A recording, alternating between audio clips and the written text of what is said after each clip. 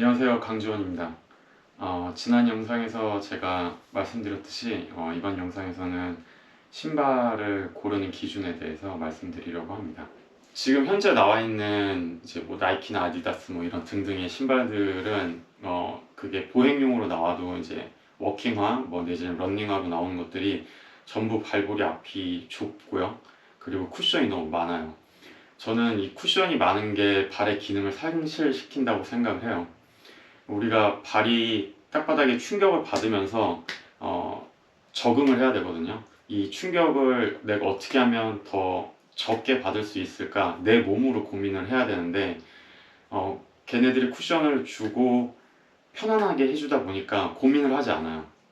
그래서 발가락이 별로 열심히, 발바닥 전체가 별로 열심히 감각을 느끼려고 하지 않고 그냥 난 편한 대로 그냥 자기 편한 대로 걷는 거죠. 하지만 이렇게 맨발로 걸어 보시면 아프다고 생각이 되면 내가 조금 더 조심스럽게 걷게 되고, 그 조심스럽게 걷게 되는 것이 내 몸을 전체를 관장을 하게 돼요. 그래서 쿠션이 많은 신발을 평상시에 신지 않으셨으면 하는 바람이 있습니다. 물론 하이힐은 더 안 되고요. 이렇게 딱딱하다기보다는 밑창이 얇은 신발로 지면을 느끼면서 걸어 다니시다 보면 몸이 점점 변하게 되는 것을 느끼실 수 있을 거예요. 왜냐면 충격을 흡수하기 위해서 내가 어떻게 걸어야 되는지 점점 고민하게 되고, 그러니까 내가 의식적으로 고민하지 않아도 몸이 거기에 반응하게 되어 있거든요. 그래서 어쩌면 아프리카 선수들이 더 빨리 달릴 수 있는 이유 중에 하나도, 그리고 이제 서구에서 달리기 같은 거를 하는 선수들을 연구를 할 때 아프리카 선수들을 많이 연구하는 이유 중에 하나가 맨발로 달리기 때문인 것 같아요. 맨발로 달리면서 땅바닥의 지면을 밟는 것, 어떻게 차고 나가는지, 어떻게 충격을 흡수하는지를 그 사람들을 보고 많이 연구를 하거든요. 근데 그렇게 많이 훈련을 하고 나서 쿠션을 신는 신발을 신으면 실은 날아다니기는 해요. 저도 쿠션이 있는 신발이 하나 있긴 한데 이런 신발을 신고 달리다가 그 신발을 신고 달리니까 진짜 몸이 막 스프링처럼 팡팡팡팡 뛰어나가긴 하더라고요. 그래서 결론은 그런 신발은 대회나 어떤 시합에 나가실 때, 아니면 부득이하게 자기의 능력치보다 더 높은 어떤 수행 능력을 요구하는 대회에 나가실 때 그럴 때 신으시면 적합할 것 같고요. 우리는 시합에 나가는 게 아니라 지금은 훈련을 하고 내 몸을 건강하게 만드는 방법을 연구하고 있는 과정이니까, 이렇게 밑창이 얇고 잘 구부러지고, 그리고 발가락이 살아 숨쉴 수 있는, 지면을 느낄 수 있는 이런 신발들을 신으시는 것을 강력하게 추천을 드립니다. 우리가 실내에서 운동을 할 때는 저는 맨발로 하는 것을 강력히 추천을 드리고요. 대신 이제 우리가 뭐 짐이라든지 뭐 체육관, 센터 이런 데 가서 운동할 때 어떤 신발을 신어야 될지, 그리고 우리가 밖에 나가서 실제로 이제 뭐 조깅이나 러닝, 그리고 걷기를 할 때 어떤 신발을 신고 일상생활을 할 때 어떤 신발을 신어야 될지에 대해서 조금 말씀을 드리려고 합니다. 저는 발가락이랑 발바닥의 이제 건강에 대해서 되게 중요하다고 생각을 하기 때문에, 첫 번째로 우리가 해야 될 것 중에 하나는 발가락을 자유롭게 하는 것입니다. 그래서 이번 영상 보시고 제 추천에 따라서 신발을 선택을 하셨으면 좋겠습니다. 첫 번째로 추천드리고 싶은 신발은 비브람이라는 데서 나오는 이런 발가락 신발입니다. 예전에는 여러 종류의 이제 발가락 신발이 베어풋이라고 해가지고 뭐 여기저기서 나왔었는데, 최근에 발가락 신발은 이 비브람이라는 데서밖에 제가 찾을 수가 없었어요. 이 비브람이라는 신발이 발가락 신발로는 제일 유명한 것 같아요. 그래서 요거 같은 경우는 이제 아웃도어용으로 나온 거라서 이 겉에 고무가 인도어용보다 조금 더 단단하고 딱딱해요. 이렇게 보시다시피 발가락이 전부 나뉘어져 있습니다. 발가락이 전부 나뉘어져 있고 이 신발은 발가락 양말을 꼭 신어야 돼요. 발가락 양말 신고 신으셔야 하고, 밑창은 이렇게 매우 플렉서블 하고요. 그리고 위에는 이렇게 끈으로 발등을 꼭 조일 수 있게끔 되어 있습니다. 그래서 이 신발이 매우 좋아서 저는 이 신발을 신는데, 몇 가지 단점이 있어요. 인도어용은 이거보다 조금 더 부드러워서 발가락에 부담이 없는데, 아웃도어용은 이 겉에가 딱딱한 관계로 인해서 이 신발이 저한테 딱 맞는 사이즈임에도 불구하고 가끔씩 발가락이 조금, 발톱이 조금 아플 때가 있거든요. 근데 발가락을 조금 더 조정을 하면, 중간중간 조정을 하면 그 아픈 건 좀 사라지기도 해요.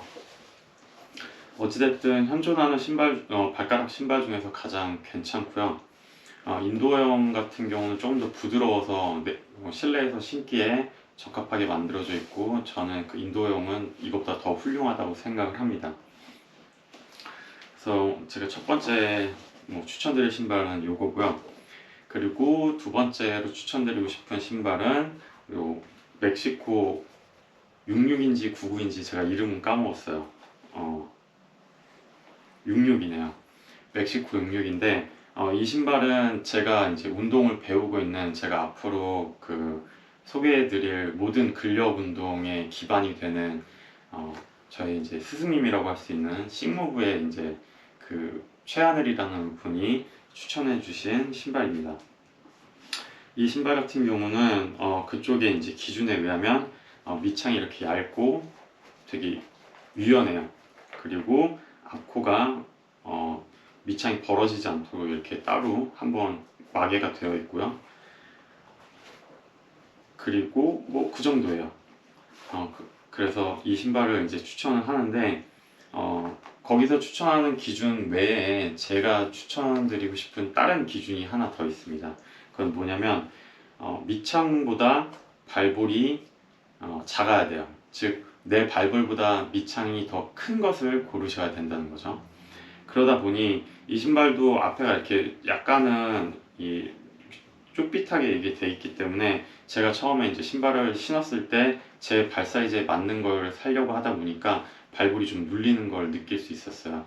근데 원래 격하게 움직일 때는 발볼을 꽉 잡아줘야지만 발과 신발이 하나처럼 이렇게 되기 때문에, 싱무브에서는 발 사이즈에 딱 맞고 약간은 좀 타이트한 신발을 신어라 라고 이렇게 추천을 했었었는데, 저의 생각은 조금 다릅니다.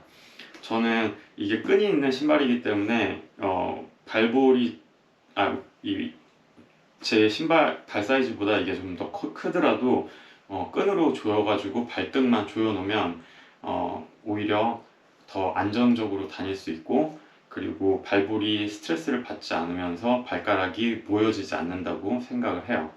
그래서 저는 그러한 기준 하나를 더 가지고 있습니다.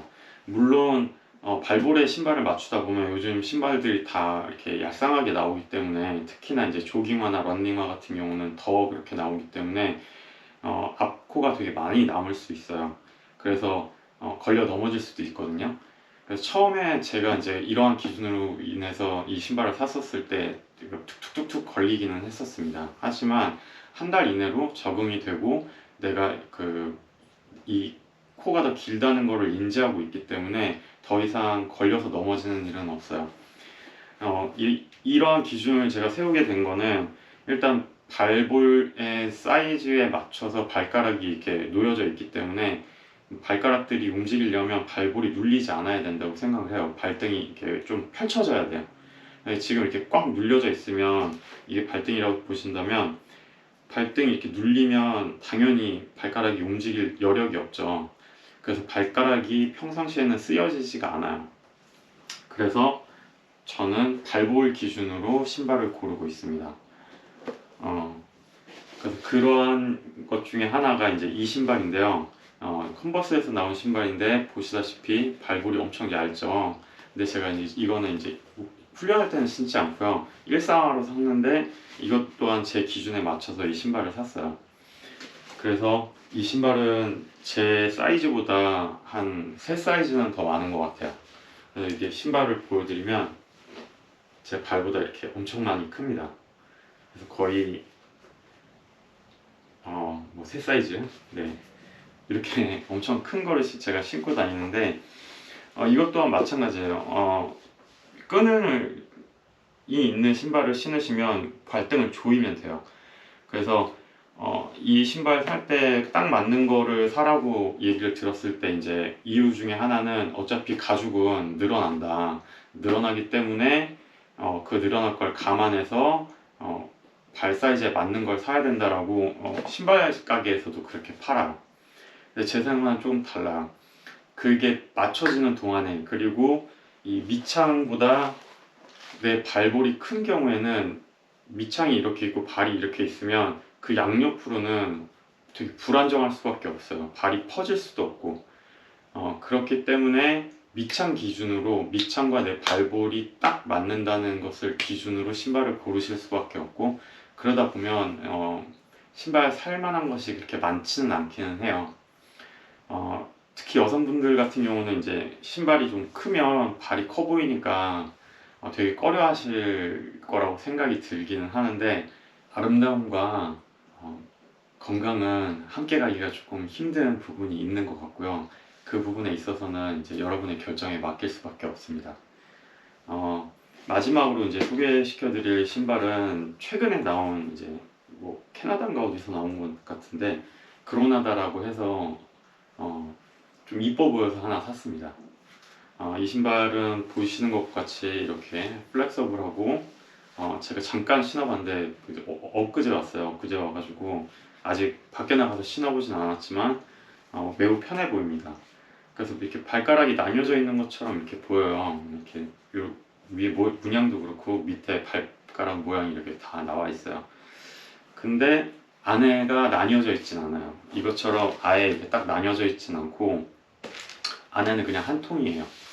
그래서 한 통이어서 뭐 얼마나 이게 의미가 있을지는 모르겠지만, 어찌됐든 밑창이 얇고 한 통으로 되어 있고 유연하다는 거에서는 제 기준과 맞기 때문에 하나 구매를 해봤습니다. 그리고 얘보다는 조금 더 일반적으로 좀 이쁜 걸로 생각이 돼요. 그래서 일상화로 신기에도 얘보다는 좀 부담이 좀 적습니다.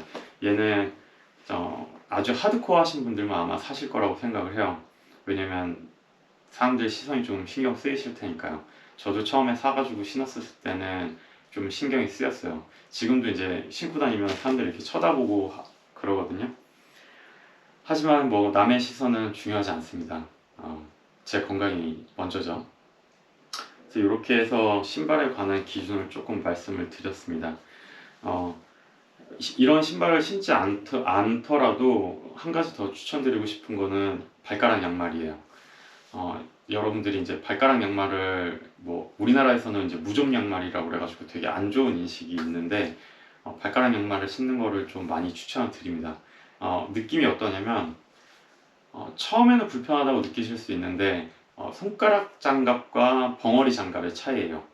그래서 벙어리 장갑을 끼면은 움직이기가 되게 불편하잖아요. 근데 손가락 장갑을 끼면 좀 더 편하죠. 마찬가지로 양말도 발가락 양말을 신기 시작하면 나중에 답답해서 그 일반적인 벙어리 양말을 신지를 못해요. 왜냐면 발가락을 이렇게 눌러 놓으니까 발이 점점 불편해지거든요. 그래서 발가락 양말을 신는 거를 조금 추천을 드릴게요. 이렇게 해서 신발 소개는 끝났고요. 제가 이렇게 발을 중요시하는 이유 중에 하나는 발이 지면에 닿는 순간 저희 몸의 형태가 결정이 되기 때문입니다. 그 말은 이제 너무 이제 길게 설명을 하면 영상이 길어지니까 일단은 그렇게만 놔두고, 그래서 발가락이 잘 쓰여야 되고 발등도 벌어진 상태에서 이렇게 손등처럼 쓰여야 되고, 그로 인해서 발목도 움직일 수 있어야 되고, 이렇게 순서대로 갑니다. 영상은 여기까지고요. 이번 영상 마음에 드셨다면 구독과 좋아요 그리고 알람 설정 부탁드립니다. 고맙습니다.